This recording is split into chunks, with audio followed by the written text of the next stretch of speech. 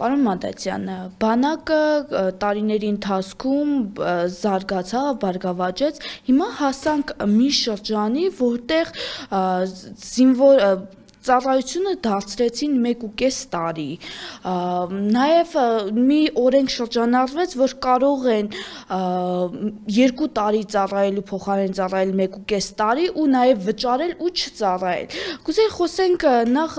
զինվորների հոգեբանության մասին, որովհետև ստացվում է մի իրավիճակ, ովքեր որ կարող են գումար տալ ազատվել բանակից, իրենք կազատվեն, ովքեր չեն կարող կծառայեն բանակում։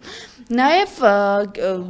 մեր զինվորների, գեներալների հերոսացումը, որովհետև եղավ մի ժամանակ, որտեղ գեներալներին արդեն ասոցացնում էին թալանչիների հետ։ Սա ինչպես է ազդում զինվորի հոգեբանության վրա։ Տեսեք, նախ հարցը մի քիչ երկար էր, եթե ինչ-որ բան բաց թողեմ, խնդրեմ ինձ շտկել։ Նախկին իշխանություններին բազմաթիվ բաների մեջ կարելի է մեղադրել, երևի թե թերություններ ունեցել են, բայց ոչ մարտական ոգու եւ բանակի մարտունակության մեջ։ Սա ամենակարևոր էլեմենտն է, որ ուզում եմ բերել։ Եվ այո, որոշ էլեմենտներ, որ դեռևս 2018 թվականին սկսեցին վնասել մեր պետությանը եւ մեր հայրենիքին, հենց տեղի ունեցան բանակի հետ պոպուլիստական որոշակի գաղափարներով։ Առաջինը դա ելակային պոպուլիզմներ, եթե կհիշեք 2018 թվականից սկսած, որ զինվորը պետք է ելակոտի, մի հատ պոպուլիզմ, որ աշխարհի ոչ մի երկրում չկա, ոչ մի երկրում զինվորի ելակ չի ուտում, ելակ սիմվոլիկ եմ ասում, որ հասկանաք, հա, տիպը թոփ այդ բաներով։ Բայց Փաշինյանը որոշեց սրանով գրավի զինվորների ծնողների սրտերը։ Տեսեք ինչ արում ենք, մեր երեխային մեր տնից ուղարկում ենք բանակ, որը որ տանը փափուկ կերի սովորա եւ որպեսզի կազմակերպվի կա զինվորական որոշակի հոգեբանություն։ Այդ զինվորների նույն համազգեստ թաքցնելը, մազերը կարճ կտրելը եւ հիգիենայի նշանակություն ունի եւ հավասարության, որովհետեւ տարբեր տներից հարուստ տնից, աղքատ տնից մարդիկ գալիս են միտեղ եւ որպեսզի սրանք դառնան հասկելի, աշխարհի բոլոր երկրներում, Ամերիկայում էլ է այդպես։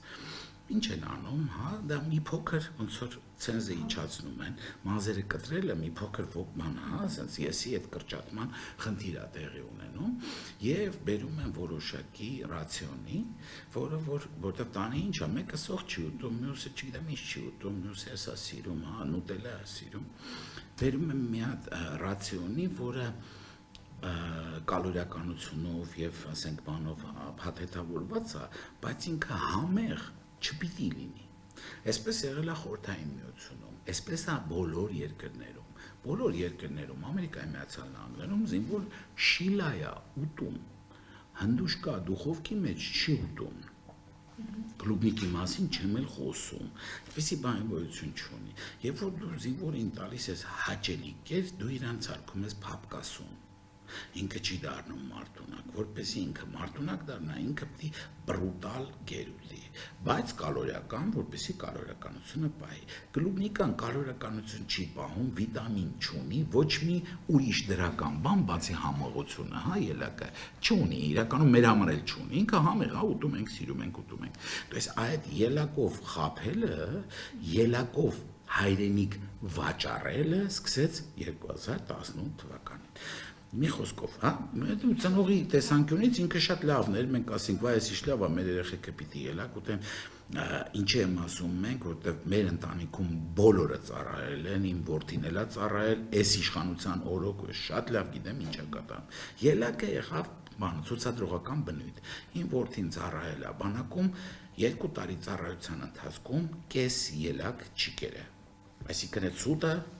փաթեթավորվեց ինչ-որ մի երկու Նիկոլի այցերով ու սրանով բրծավ։ Չի կերել այդ մարդը, անկեղծ ասում եմ, եթե կերածն են, կասեի կերել է դա վատ է, ես չեմ ասում դա լավ է, չի էլ կերել։ Դες կերել է շիլա, կերել է այն ինչ որ հասկացար բանակում տալիս են։ Վատ կեր, ոչ լավ կեր, հասկացար, չէ՞, էսա խնդիրը։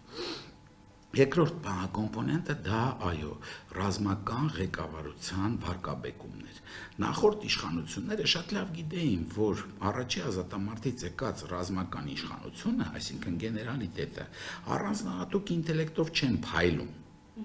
Այնպես չի, որ իրանք չգիտեին։ Կամ առանձնահատուկ, չգիտեմ, մենեջմենտի ունակություններ չունեն։ Բայց որպեսզի այդ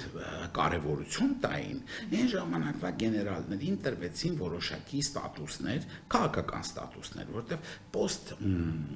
պատերազմող երկրում միշտ այդ բաները կա։ Սրա մասին դեռ ամերիկյան ֆիլմեր կան նկարած, հայտնի կան կնոջ բույրը։ Ֆիլմը նկարած է հենց այս բանով, Վիետնամի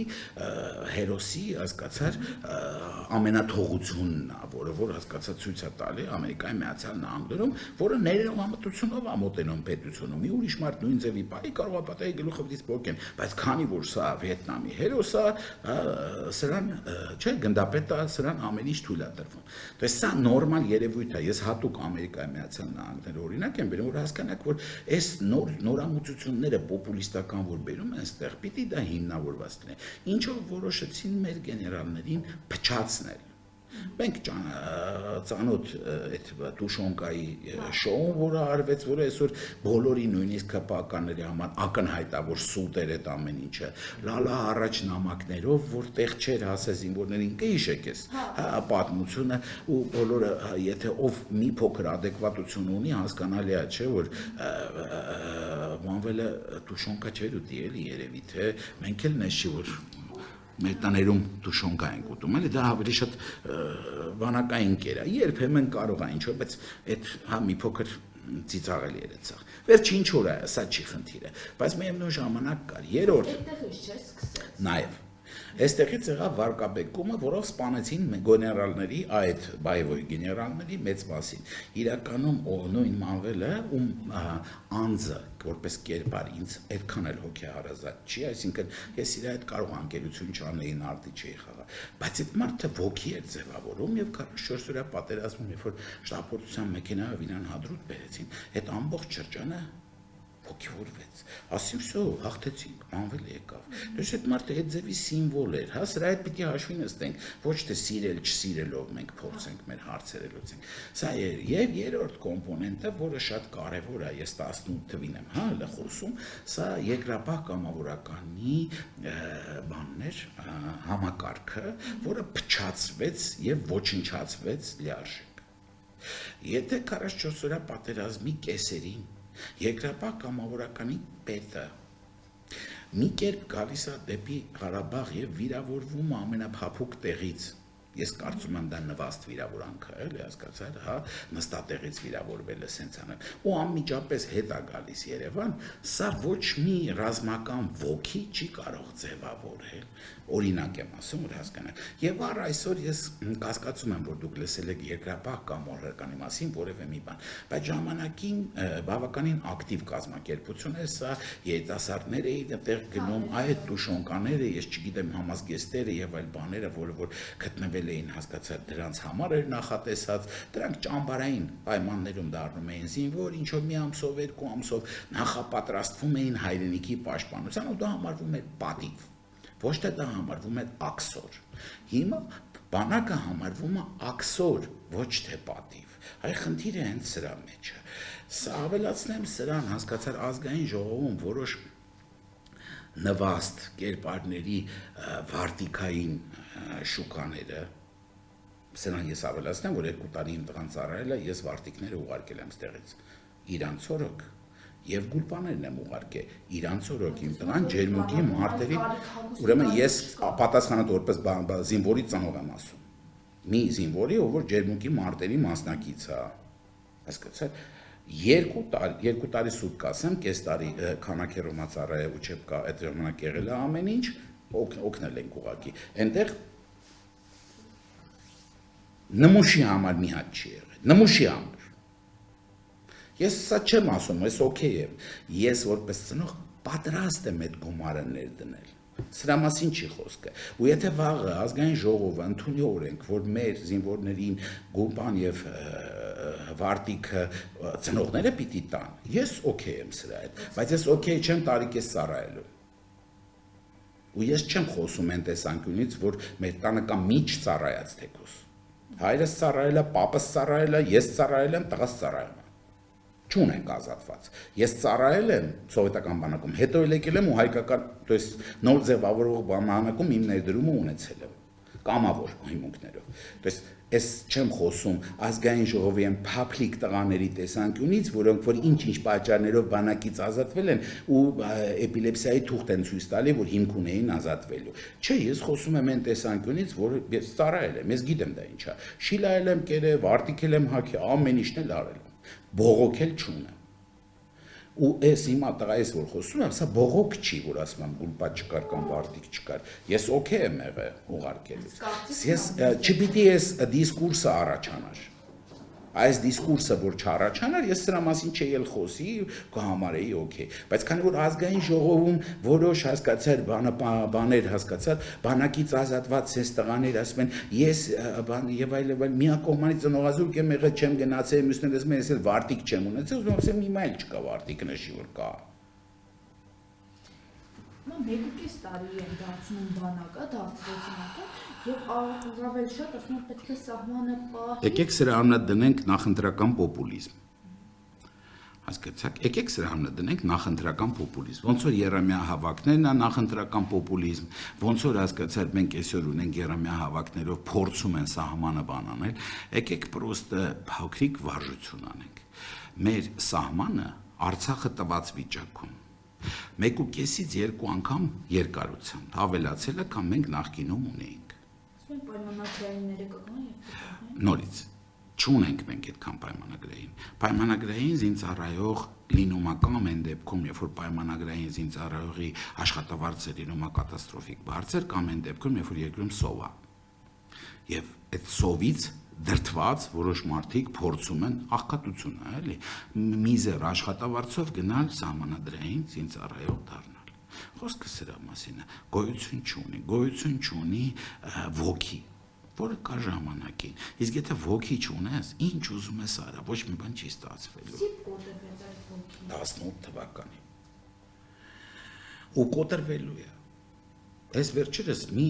ազգային ժողովի ասենց ասեմ,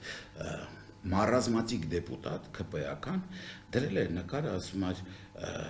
համեմատություն էին տանում մեր ձևով շարժման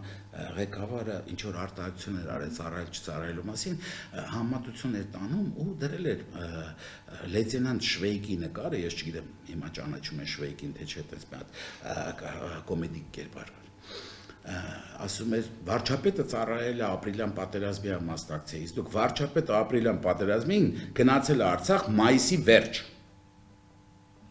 Ես սա պատասխանատու հայտարարում եմ։ Ընդ որում իր ասած ինֆորմացիան, ոչ թե ես իզից եմ հորինում, դա ինքն է ասել։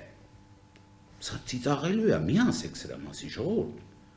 Ինչ ապրիլյան պատերազմ։ Մայիսի վերջ, քառորյա պատերազմի ավարտից 1 ամիս հետո վարչապետը մի հատ լապատկով ինչ որ երրորդ գծում, ինչ որ բան արել զինվորական հագուստ հագած։ Սա քառորյա պատերազմի մասնակցություն է, կարծես թե դրա վերնագիրը Վահագն Ալեքսանյանն էր, եթե չեմ սխալվում։ Հասկանում եք ծիծաղության, հա, Արսեն Թորոսյան կամ մեկ է, հիմա դրանք սա մի կերպար են, բան վերնագիրը փոխելուց էությունը չի փոխվում։ Հասկացա՞ք, իմ համար դրանք եթե բուլվարի գրականությունն է, էլի, ոչ մի տարբերություն չկա, ինչ ես կարդում, անունը ինչա, նույն բանն մեջ։ Հասկացաք, չէ՞, ասացիս իմաստը։ То есть եկեք հասկանանք, որ սրանով եք վարկաբեկում բանակը։ Հենց այս ստերով։ Հենց սա է խնդիրը։ Ոնց վարկաբեկում եք կրթությունը, որ վարչապետը կրթություն ունի, չունի վարչապետը կրթություն։ Հասկացա՞ք։ Եվ մնացած բոլոր բաները։ Մենք գտնվում ենք 8 տարի է ազգային եւ ոչ ազգային համամարտկային բոլոր արժեքների վարկաբեկման եւ այլասերման ակտիվ իրավիճակի մեջ։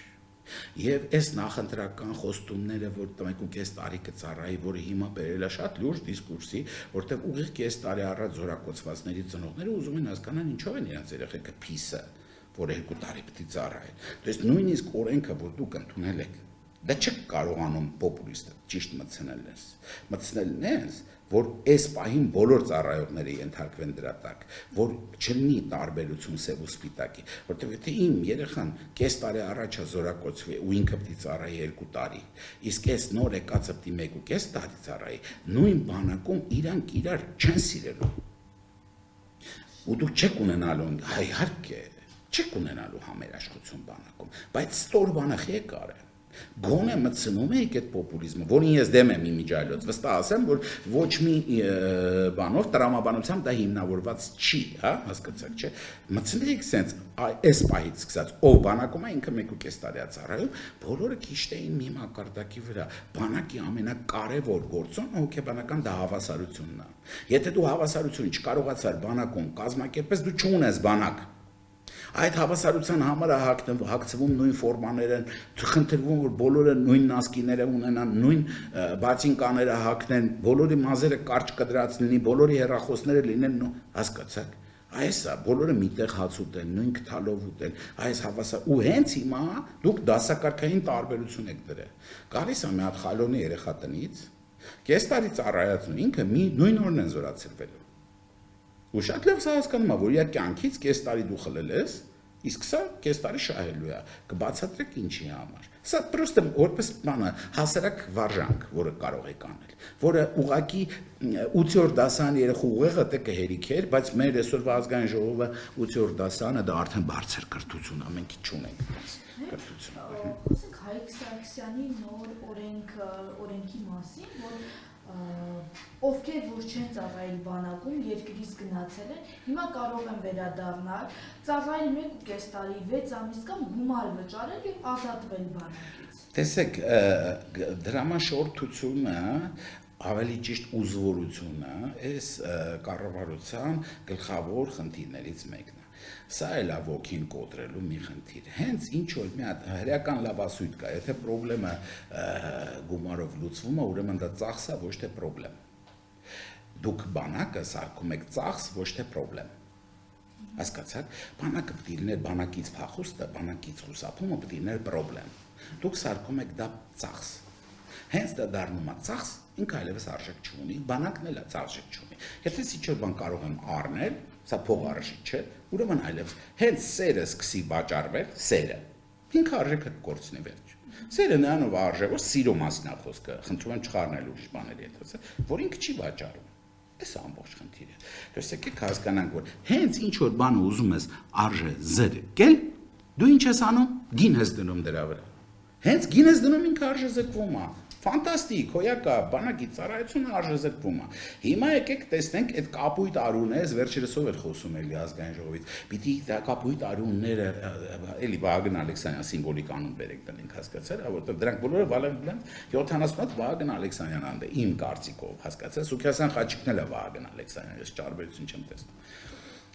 Ասում էր, որ կապույտ արուններ չպետք է լինի, այ հիմա կապույտ արունների ձևավորում։ Որտեվ ես փող եմ տալու քո բալին ծառայելու համար, իմ բալեն չի ծառայելու։ Ես կապույտ եմ արունով, ես իմ վրա եմ օրինակ բերում ու քո վրա։ Վերջ։ Քո օրինը կարմիրը իմը կապույտ է, որտեվ ես կարողանում եմ փող տամ, որ քո բանը ծառայի իմ բալի տեղը։ Վերջ։ Ասիկը կարող համարել, ովքեր գումար ունենան, կազատվեն ծառայել։ Վերջ։ Ովքեր չեն ունեն, Վերջ։ կգնան։ Վերջ։